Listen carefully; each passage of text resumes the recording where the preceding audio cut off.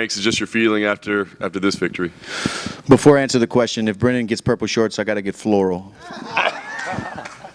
First things first. It feels good, to right the ship, take a chance, fight a guy outside of the top 10 when, I don't even know how many, but my last opponents have been former world champions, huge main events, huge fights, and now this young guy in his 20s who finished his last 5 opponents representing France, got a lot of momentum behind him and a country behind him, and I'm like, you know what? Let's see if I still got it to fight these young guys, and it feels good, man. It feels good to win. It was a long training camp. It was stressful, had a lot on my back, and it feels good to win. I know you said you were prepared for this to be a battle and knew it would be. It seemed like it was early on. I guess, how difficult were the opening round, and was it different than you expected it would be? No, I thought he was going to want to grapple. I really did. I was surprised at his punching power. In the moment in there, I didn't feel like he was a big puncher. He looked like a big guy, and he's finished guys on the feet. I mean, he's finished all of his wins. But I thought he was going to be a bigger puncher. When he was landing those shots, they weren't that much knockdown power behind him. But I was surprised by his strength. He was pretty strong. Yeah. It seemed like in the second round, maybe there was a moment you thought, maybe I don't always have to jump the gilly. Nope. I never thought that once. Because it looked like it was there. You're like, maybe we should keep it on the feet. I'm having some success with my hands. Yeah. Another thing, too, I thought he was going to be a little bit – he was physically strong, but I thought technically – I know he comes from a judo background. I thought his hips and his grip strength was going to be better against the fence. I took myself down every time, When I was on the mat, it was because I jumped guillotines. And you miss all the ones you don't jump, first of all. But I thought he was going to be a little bit tougher with the takedowns against the fence. Yeah. Last thing for me, you're at a point in your career where you kind of call the shots. You've earned it, right? But, does a title shot, does that matter to you? Is that still the goal, and is that what you would like to see next for yourself, or is it too early to make a call like that? That's the only reason I'm fighting. When I started fighting was to be the world champion, to be the best in the world, undisputed. But we got to see. I got to get home and see what makes sense with my coaches and my wife and my management and just see what's next. I don't know. But, yeah, that's I've done a lot in the sport. I'm not trying to, brag or be boastful, but I've done a lot in the sport, and I've been fighting for a long time. This was like at my 50th, or around my, maybe more, or right under 50th mixed martial arts fight. And I've done a lot, and I've checked a lot of boxes, but there's one that's still unchecked, and that's being the world champion. Dustin, I don't know if you heard Dana when he was up here talking about you, but he was saying these are the sort of fights that make you a fucking legend, basically, and that fighting a young and hungry guy is what is important for you. Do you agree with that? Is that why you took this fight? Because you wanted to just be like, well, I know I can compete against these guys who've been around, but this guy might be the new generation. I want to see if I can compete against him. It was kind of a timing thing in the situation of the lightweight division. There wasn't any big names to fight. I wanted to fight, especially coming off of a loss, and nothing was big that they could put together. But this guy's on a streak and has a lot of momentum. And when they offered it to me, that's why we did it. It just there was nothing else at the time, and then I honor what I do, man. And Eddie Alvarez gave me a shot when he was a former champion, and I was an up-and-comer, and you have to do it. That's the nature of what we do. Yeah. Were any of the guillotines close? The last one was. The high elbow was really close. When you eventually do finish someone with that after jumping it, how excited are you going to be? And I will. And I will.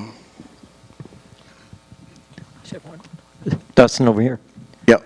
Just curious, when you won the fight and then the whole place just erupted, has that ever been? They probably bet because I was plus 200. That's why they were.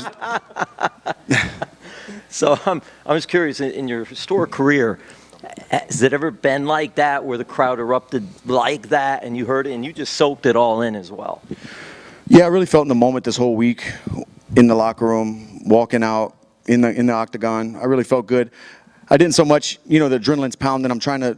He's getting up off the ground. I'm trying to go talk to him and let him know to keep working. And I didn't really notice it in the moment. So, yeah. Listen, right here. You had said, I think just a moment ago, that camp was stressful. There was a lot on your back and everything. Was that something specific in camp? Was it? No, that was just losing my last fight. Never losing 2 in a row. Fighting this young up and comer who's finishing everybody.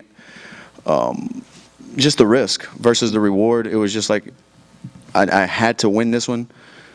For me, I felt like, so that was more stressful because I was putting it on myself. I know tonight was your night, but do you think Benoit will get back up there into title contention?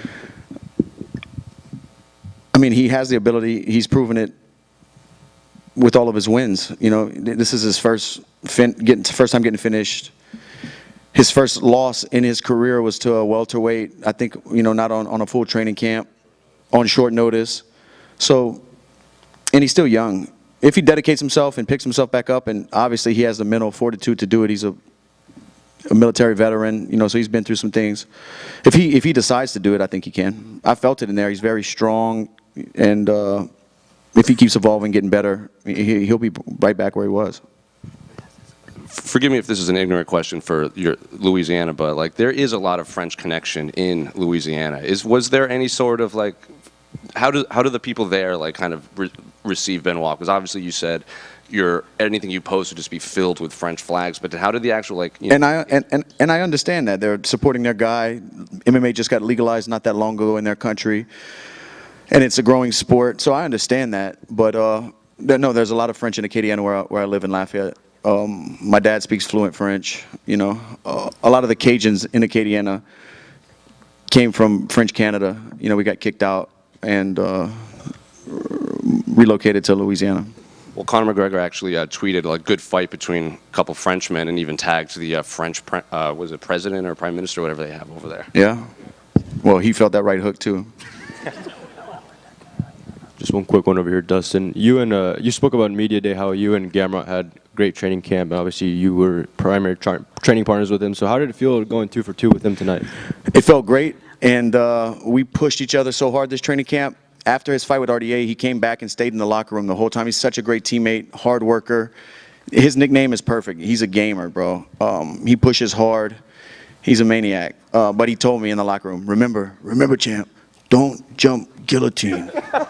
Don't do it. Circle off the fence. Don't jump guillotine. He told me that multiple times. What do you think would be next for someone like him? I mean, some people said that he shouldn't have probably taken this fight, or, you know, what do you think should be next for me after that fight? For Gamrot?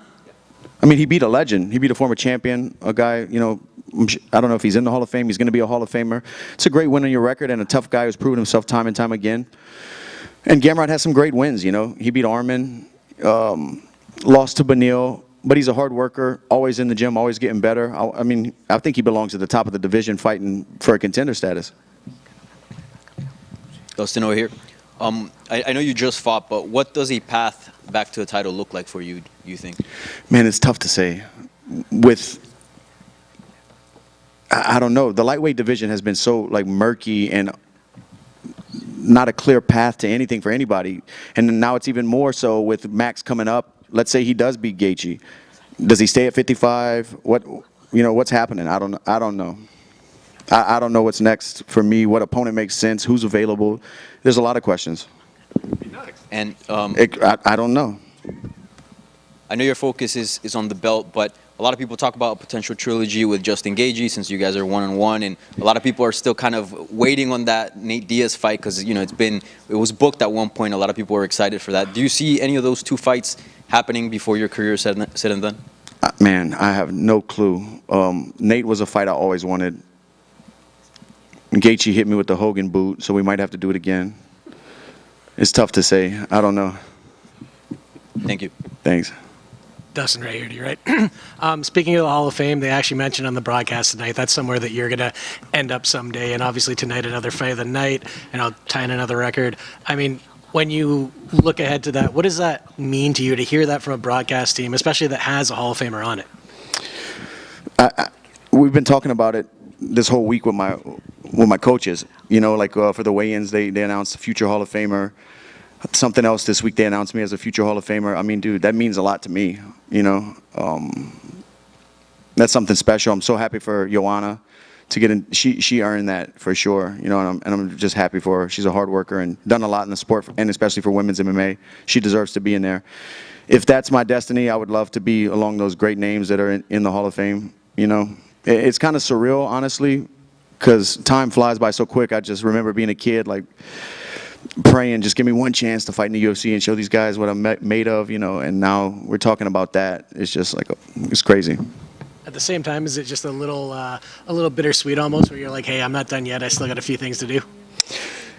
Yeah, like I've said before, I have tread on the tires, and I think I can beat a lot of these guys. I can compete with the young guys. I can beat anybody in the world, I feel. We'll see. I don't know. I don't feel like it's. I'm 35. This is my 30th fight in the UFC. You know, so we'll see. Thanks. Hi, Dustin. Were the guillotines part of the plan, or just you? No, everyone told me not to jump the guillotine. Mike Brown told me 100 times this week. Gamrot told me a bunch of times in the locker room, at weigh-ins. Don't, you know. It was part of my plan, not the coaches. And I'll jump another one, I promise you. Thank you, guys.